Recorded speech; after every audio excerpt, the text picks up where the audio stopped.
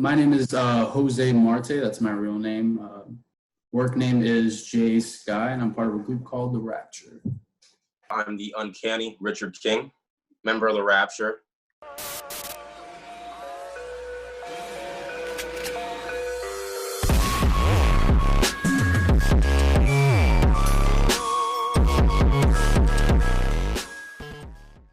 From the beginning, like he was one in class. You know how in class you always have that one person where you're like, oh, like, okay, like he's doing something really good. I kind of have to try to like either be at that level or it's like that competitive nature. I didn't even talk to him. I didn't talk to anybody. Honestly, the only person I think I talked to when I first started there was Sophie. So when I started training, I already knew her, but everyone else I didn't talk to. The first time I talked to Jay, we were flyering at Walmart, and our trainer was like, hey, go with this guy, go in his car, this person you don't even know, go to Walmart and just go flyer. And then like ever since then, like we've been cool, we've been friends. One of our first events we were asked to do, we were debuting together, and it was in a tag match. It was us and Casey Lennox at this charity event. So like we had already kind of been like doing some stuff like after training together. And I think it was that where we were like, this is kind of cool, like us being a tag team. Well, around like those first times we started teaming, everything felt like there. We were always there with each other. As far as like if we were gonna go ahead and do like a move that we were doing simultaneously, it was always there, like at the same time.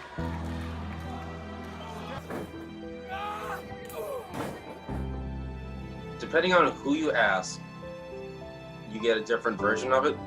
So Jay will say that he was like, look, the Rapture, it's biblical, I like it. Or if you ask me, I was like, BioShock, I love BioShock, Rapture sounds like a great name. This would be great. Either way, we both came to the conclusion that Rapture would be great. So, two different accounts. So we started traveling, and one of the things that we always wanted to do that me and Richard were big on were having like a group of people we can just travel with. That was the idea at first. You know, we always thought about a certain group of people, and Lexi was one of the females that stand out as far as wrestling wise, just because a lot of the times, you know, during open ring, it would be me, Richard, and Lexi doing open ring, and that's kind of how that bond had started. We would be there so late till like 3 a.m. sometimes. She was actually traveling with us a lot to different shows. And if I remember correctly, we were going to a show in Georgia. So it kind of became like, okay, well, now Lexi's going to valet for us. Now she's going to be a manager. Now she's a full member of the group kind of thing. Well, I'm Lexi Gomez, better known as the Unbreakable Lexi Gomez. I was doing a bunch of, student shows, just getting my reps in, getting familiar with everyone, getting comfortable, and just working on finding myself as the Unbreakable Lexi Gomez. I was just Lexi Gomez for the longest time. They were already really close, so I thought they were like related or something. We started hanging out a lot, and we became like a trio.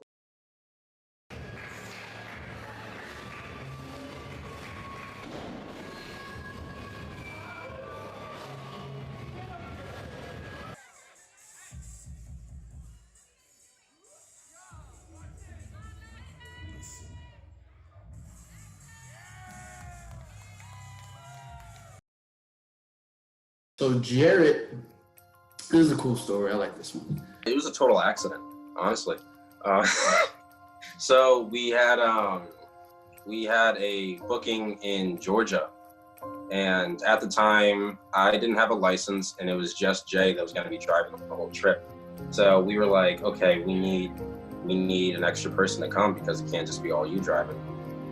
And so we asked around, and Jarett, legit, like almost instantaneously, he was like, yeah, I'll go. He was so eager to go. And we really liked that. We saw that. They invited me to go on a drive with them one day to a show in Georgia. I didn't really know these guys, but we had trained together. I had their numbers. They hit me up right away. I knew I had to go. It was like something inside me said, you got to go do this. The the whole trip there and the whole trip back, and like even at the venue, we just hit it off. It was kind of just like in the car, like, hey, do you want to do this?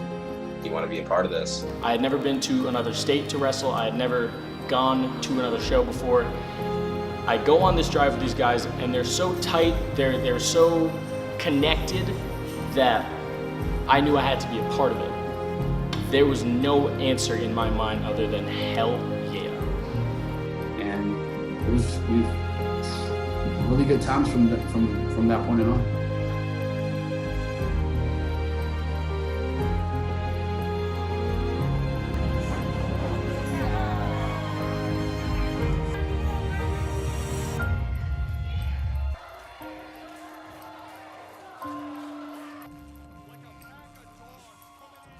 I was able to bounce ideas off of these guys. I was able to, I would say, feed off of these guys. Like they were already doing it before I got started. So the first time I got to wrestle with these guys was at a show in Spring Hill, a place called Brawl. It was at a roller rink. Not a lot of people, but wrestling by myself, it felt amazing. When I was wrestling with two people who became my best friends, it was like every night was family night. Every night was a chance to be with your brothers and do something amazing. I wanted us to grow and to be something else, because when we first started, there wasn't many factions in the elite, area. So I mean, it was really great, and I was really excited about having members and having them and different things, because there was a tag team, there was a girl, there was a cruiserweight. It felt like something that wasn't being done on like this level of indies. So it just seemed like the right thing to do, to try and tackle something that no one else was doing. My name is DC, Demarkus Cutler. I am the capital. When I first started taking bookings at my school, my coach wanted me to start working shows. It was the happiest person on earth. I started looking at my peers and seeing my peers was, doing other shows outside of the school. So I went to talk to the coach. I was like, will it be okay for me to take outside bookings or outside shows? He told me, sure. I would love if you, set yourself apart and you go out there and you make a name for yourself. We were just going through names, and we had different people. We had, people on the list, and we're like, yo, who would mesh well with us? All this stuff. We started putting out these videos, and we already had DC in mind as well. I remember I just hit like this mean plateau in wrestling. Like I was just like low, and I wasn't getting no bookings and nothing. And I started working more at my job. So I get a message from Jay. Let's bring him over. We're about to have a photo shoot with all the members. It's just like, hey, we're having a photo shoot. You need to do promo pictures. Come over, take some promos. So he's sitting in the living room. I'm getting changed in the bathroom. And my mom's out there talking to him. And his mom, because God bless Rich's mom, she can't hold water. But when I walk in, she says, welcome newest member of the Rapture. And I'm like, huh? And then Rich walking out, well, you ruined the surprise. And I was like, I leave for 5 minutes. And then this stuff gets spilled. I'm like, no, well, hold on. Jay and I wanted to talk to you about it and propose it to you. And he's like, no, I'm in. And I'm like, well, okay. I think everyone else is cool with this. So let's roll with it. Let's go. So that's how that started. And I was happy, because I always wanted to be a part of a brotherhood, and especially in the wrestling business. So I accepted it. No hesitation. DC and me were already boys, but when he joined the Rapture, we became tight. Me and him drove together to shows everywhere. Me and him became really tight friends. DC's like Russell Westbrook, right? Sometimes he's not a team player. Sometimes he just wants to be him. But, out of the ring, he's one of the tightest dudes that I know. He's one of my boys. This is the kind of dude that I could have real life conversations with for hours that has nothing to do with wrestling. And that's a friend that I see for the rest of my life, because our friendship superseded the sport, the performance that we were having. Name's Alexander Winch, longtime member of the ACW roster, who then evolved into management at ACW. It's been a long ride. Back to the mat.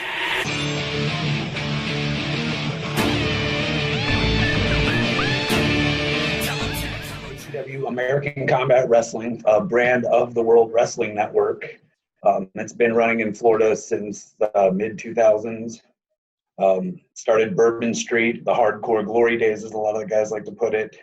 It was in 2015 that the World Wrestling Network and ACW came together to join forces. That's when we started what was originally Wednesday Night Fight Night, which became Thursday Night Throwdown, which then became the Proving Ground, which we all came to know and love. So when me and Richard went there, we just wanted to prove like we were serious. We weren't what they call like green boys, even though like we were still, you know, learning and stuff. The main thing for Proving Ground and ACW is to find and develop talent. To find, you know, it was always a project of mine to find talent that maybe hasn't gotten the opportunity, that was looking to move up to the next stage, that had been hustling their asses off, to be frank. The International Superstars was one of the teams that kind of took us under their wing. There was Blanco Loco approached me about the Rapture. He said, got these 2 young kids. They're hungry. They're good. You should give them an opportunity. So I set up Ace Guy, Richard King versus the International Superstars to see what they could do.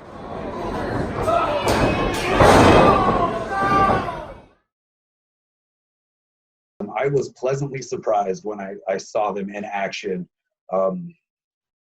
Charismatic, energy, trying to get the reactions from the crowd. They didn't seem timid. They didn't seem scared. They seemed ready for an opportunity. When I got to ACW, when I first started running with the Rapture, I was having a hard time coming into my own and developing. He doesn't know who we I are. don't think he knows. He said we're the Raptors. We're the Rapture, and that's Jarett Diaz. He was a member of the Rapture. I mean, I guess we're just gonna have a match.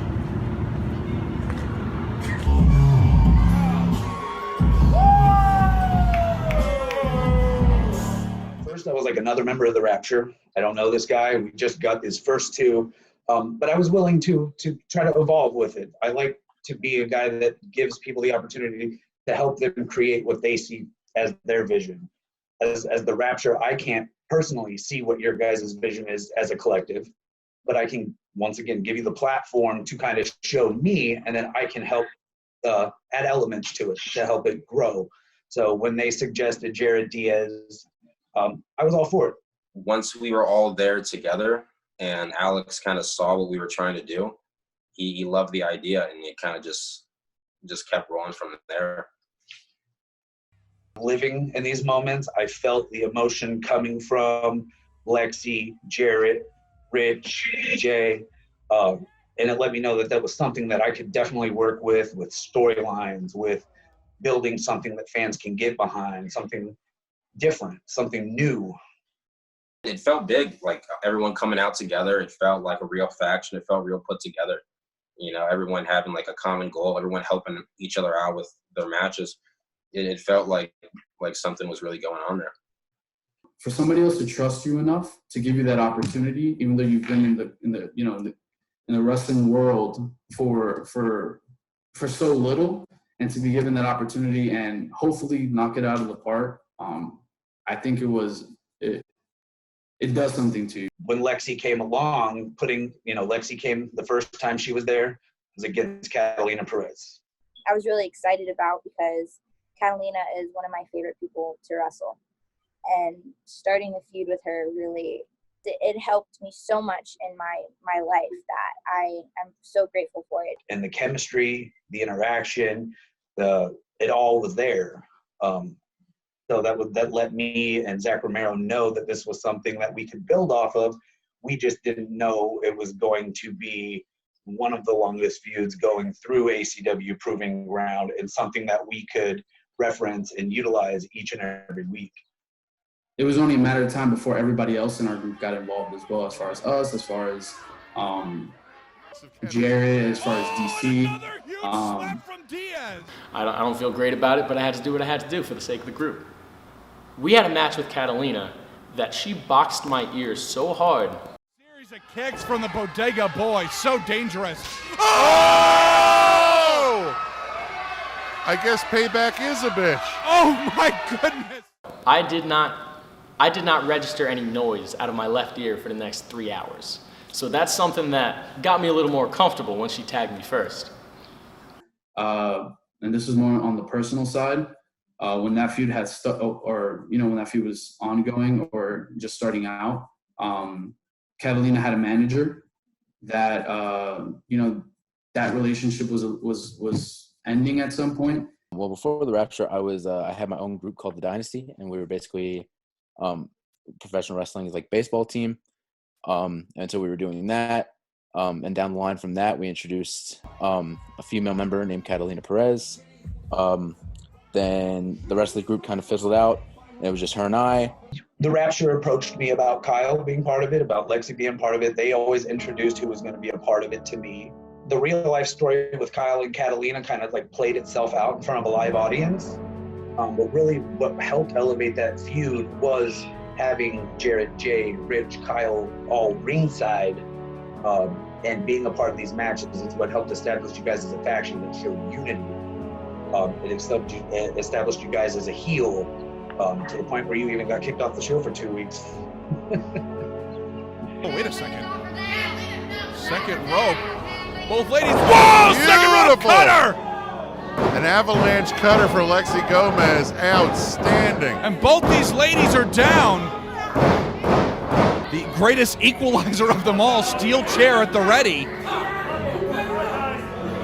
This thing is falling apart here, folks. Wait a second, what the hell? What the hell? Guess who is the other barbecue member? Get the hell out of here! That's right, ladies and gentlemen. Kyle Kidman is now part of the Rapture. He was the sixth man! Kyle Kidman was the sixth man! Now you see, I found people that care. I found a family that needs me in the capital. Demarkus, Cutler, the uncanny Richard King, the Bodega Boy, Jarett, Diaz, the unbreakable Lexi Gomez, and the limitless Sky. You see, we are the Rapture. I honestly at first was very skeptical to the addition of Coach Kid. I didn't feel like I needed a mouthpiece. I didn't feel like the group needed a mouthpiece or a manager in that role. But what Kyle brought to the group was something that I didn't even realize we needed. When I first started wrestling and as I got started, but it was just the Rapture without him, I was having a hard time finding my way in terms of gimmick, in terms of character, in terms of interacting with the crowd. What Kyle did when he brought in, what Kyle did when he came into the group was take all of that pressure off and let us come into our own on our own time. So when I was running through the match, he was getting heat, he was interacting with the crowd. That allowed me to let my guard down, focus on the match, and then when I'm ready, do the very same. So even though I was half-hearted when Kyle came into the group, I appreciated what he did for me and my development most of all. I love when we used to come out there and the Rapture theme song and we'll be deep and just like we looking all gangster and all our black. I like that. I love that, bro. The early days were really good. It hit peak right there. I'd say there, and then like the next month or so was like the peak of the large Rapture. Jay had told me that you and I maybe within the group do our own thing together. When I was out there, I think you could, like, you were piggybacking off me in a sense of like, okay, he's getting heat, so let me also get the heat with him and stuff like that. And then as we kind of get down the line, I saw like you necessarily didn't need me anymore. You came into your own.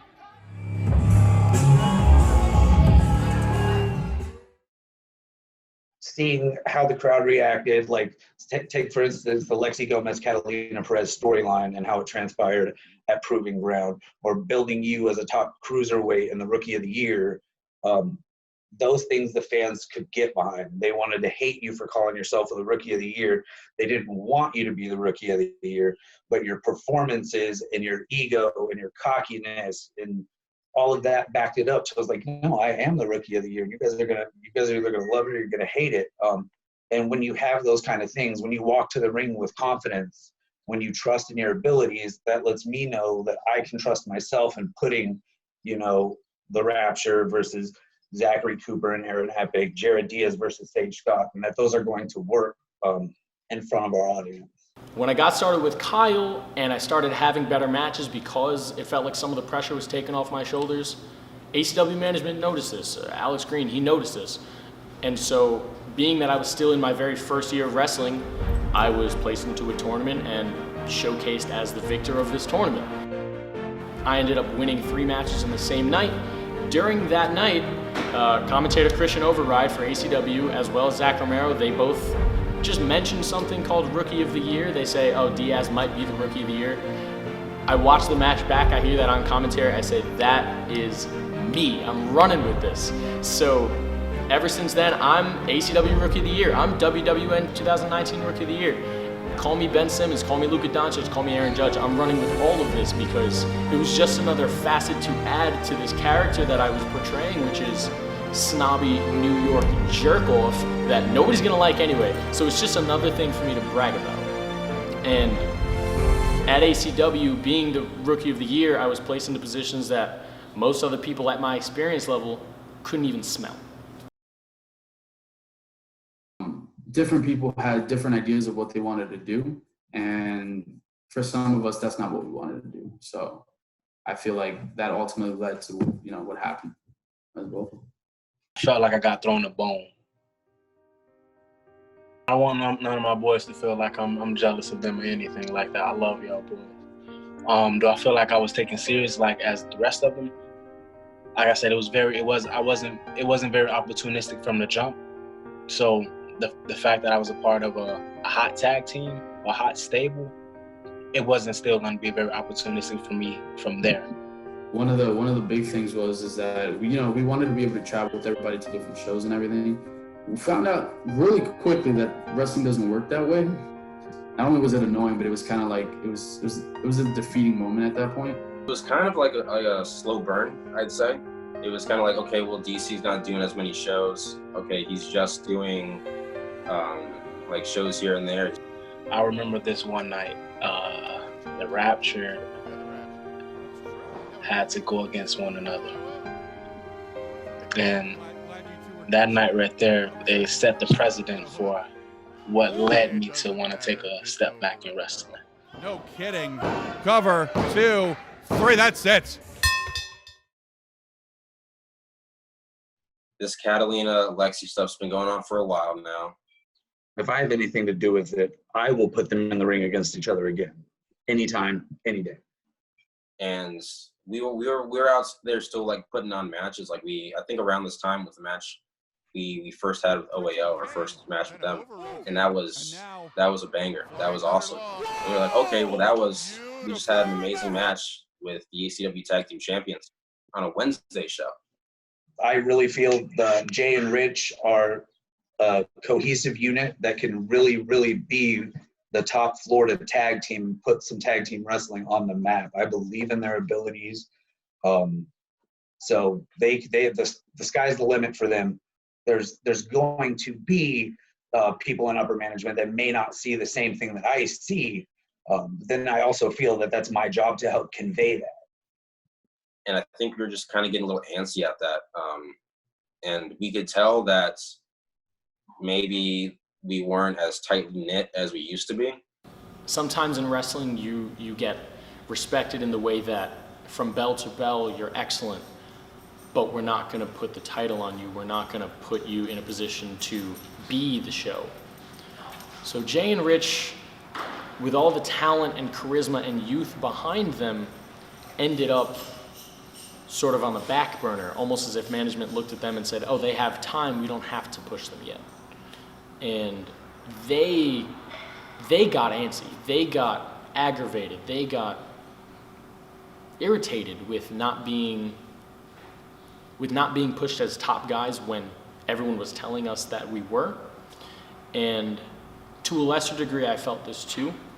I think as a group, we all felt a little slighted because we knew where we stood, and it wasn't where we wanted to be. Creatively, I feel like we were all going different ways. If something did come out of it, we could have like kept it going. But the way it ended was giving us an opportunity to change things. But you as a cruiserweight, being little Jason Cade, the athleticism, the fearlessness, showed what it meant to be a professional wrestler and to be hungry, to be able to humble yourselves behind the scenes, but turn the ego on once we came through the curtain. Why we were trusted. We were trusted with a lot of things, but why we weren't trusted enough to be able to hold on to at least one of us. You know what I mean? There was so many of us, and we were spread out in different divisions. Why it was frustrating to be, one of the ones that always tried to make their respective divisions important, and not being able to be able to carry it. I think that's where the group started maybe breaking apart, is when everybody was, instead of looking at it as a group, everybody was kind of looking at it in different views. I remember one night where I, Lexi, and Jay and Rich all had separate matches. And I'm starting the show. I'm the first match on the card. Lexi didn't walk out with me. Jay and Rich didn't walk out with me. It had become a habit that we would support each other out there, even if we had our own matches to deal with. But I remember a very low moment for me, not to where I wanted to leave the group, but a very low moment for me was, damn, these guys aren't supporting me in this match right now, and I'm on my own. And I hadn't felt like that in a year, because they were my best friends and they were out there with me every single week. So for the first time, I really felt alone, and the match suffered for it. So I get to the back, and I try to talk to them about it. They weren't really there for it. They weren't really there for that conversation, because they had their own matches to deal with. So that didn't really feel good at all. Kyle's separation from the group was basically due to Catalina and Lexi's story wrapping up. Now that storyline's done, now that you were brought in for this, now that it's leaving, it makes sense for you to be brought out. And I don't think any of us really thought we needed a manager to speak for us. We didn't need a mouthpiece. We could all hold our own on the mic. We could all tell the story of characters by ourselves. And it just didn't make any sense to have them in the group anymore. We did the last match with Lexi and Catalina, which was the night that I was told that I'm no longer going to be in the group after the match. When I was told that, I think on both, there were mistakes, I think, on both ends that night of how the conversation went down. The reason why I decided to leave or to take a step away was because I wanted to work on me. I felt like I'm not saying like in a bad way that I was doing too much, but I felt like I was just taking all the time to focus on the group, and I wasn't progressing. After a while, I wanted to be able to work on myself as a singles wrestler. I think we just had two different visions of the future of like all our careers. I think Jay and I and Jarett all like the idea of sticking together and doing some cool stuff together, and still keeping the group alive, and focusing on that. And Lexi was more with the idea of being by herself, no manager, no group, no faction, just doing her own thing and going off on her own. We've done some really cool things all together, but it was her time to do her own thing, and I think we were definitely prepared to do this whole 3 thing with Richard, Jarett, and I. The first thing is, how can I make it make sense? Because for damn near a year, we've built it up as this cohesive unit that'll do anything for each other. There's one main villain in Catalina Perez that they just can't seem to put away. And then, you know, you get approached, hey, we kind of want to move on from Kyle. Lexi wants to go her own way. So you start to look at it on how it makes sense to the story. What's tough about my final night is that I didn't know it was. It was the day before my birthday, and I thought I was going to wrestle Aaron Epic, who I look at as my wrestling dad. He's one of the people who helped me train and helped me develop and really become the wrestler I became. The day before the show, that match is kibosh. They found something else for him in management, and they tossed it. I ended up in a match that was thrown together on the day because 2 people didn't show up. But it was okay because it was National Rapture Day.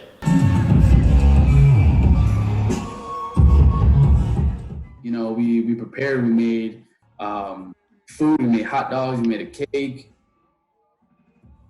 And it was a fun night. We got to go against Epic and Zach, Jarett managing. And I feel like looking back at that match now, Jarett getting hit with whatever he got hit with. I think Zach Cooper's about to throw him somewhere. Oh my goodness! Hopefully we see Jarett soon. Hopefully he's okay. But we haven't seen him since. So we got new t-shirts. I got new gear made for the show. We have this beautiful, like, awesome still of the 3 of us in our matching gear for the first time because I dropped the pinstripes. I said, I'm going full force with the 3 of us.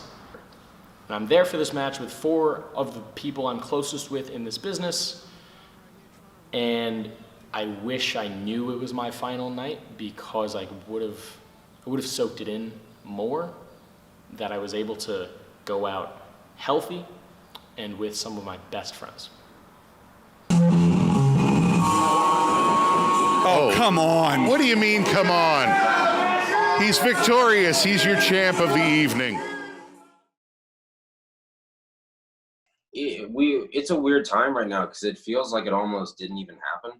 It felt so ungratifying, I guess, because it was unknown. It was kind of just like, we didn't know it was going to be Jared's last show. We didn't know it was going to be the last show of us all together. I think looking back, maybe would have done some things different if we knew it was going to be the last. I was definitely in shock. Not only from a wrestling standpoint, just because we had this new idea and we were so excited for, but also on a personal level, because obviously Jared's one of my really close friends. He's a brother to me. To find out he's moving away, kind of throws everything off, just because when somebody's, you know, a big part of your life, just for them to kind of be like, I gotta go. He was going to be like an hour away where I can just drive to, you know, his house and just chill and just, you know, just kind of just joke around and, you know, just do what brothers do. Just to not be able to have that anymore, it was definitely heartbreaking. I'm going to miss my family. I look at those guys, Jay, Rich, DC, Kyle, Lexi, as my family. I moved out to Florida with a pipe dream that says I'm gonna go be a professional wrestler. And those were people who helped me achieve that, even for the short amount of time that I did. So what I'm gonna miss most about wrestling is the family I got to be a part of.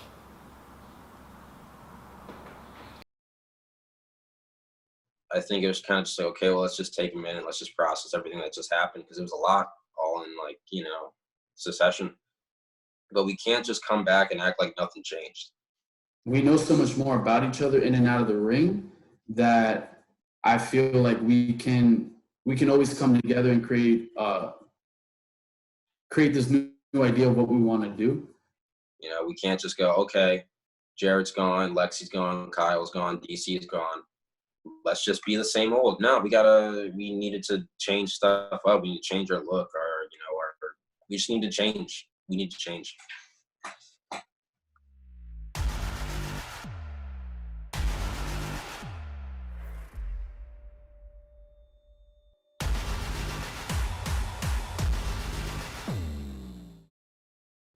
I definitely look back at it as a fun time in my life. It was a really great journey, and I don't regret doing anything. I am very happy that it started when it started, and I had a lot of fun memories with everyone. There's so many fun stories that I have that I could just look back on when I'm older or in a few months or so that it makes me happy. And I'm really glad I met everyone. It was really fun. Just wanted to make sure I set an example with everybody that was in the group as well.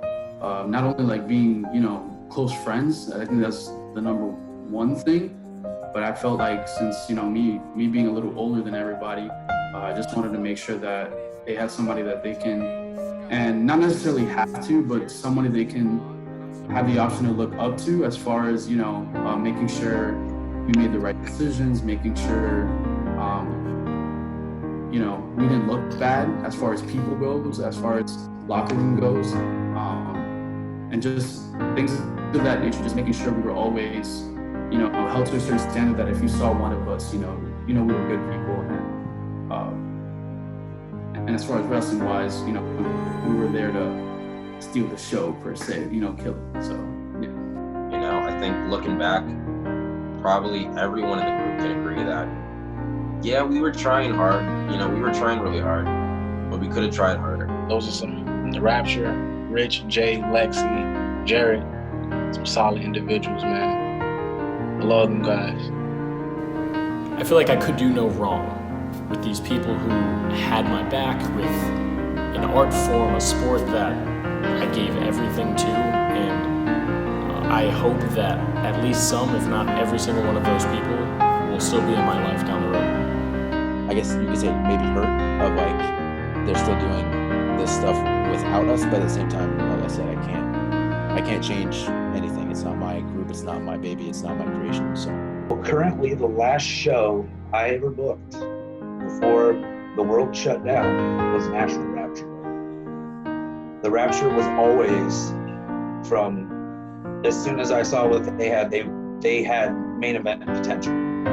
They had creativity. Like, I never had to go to you guys and be like, hey man, you guys should really put a promo. There was always new graphics and promos. I will always look back as the Rapture as part of the green, fully gimmick ACW Proving Ground as mainstays and main event players. And also just making sure that we don't lose any more members because it's just us.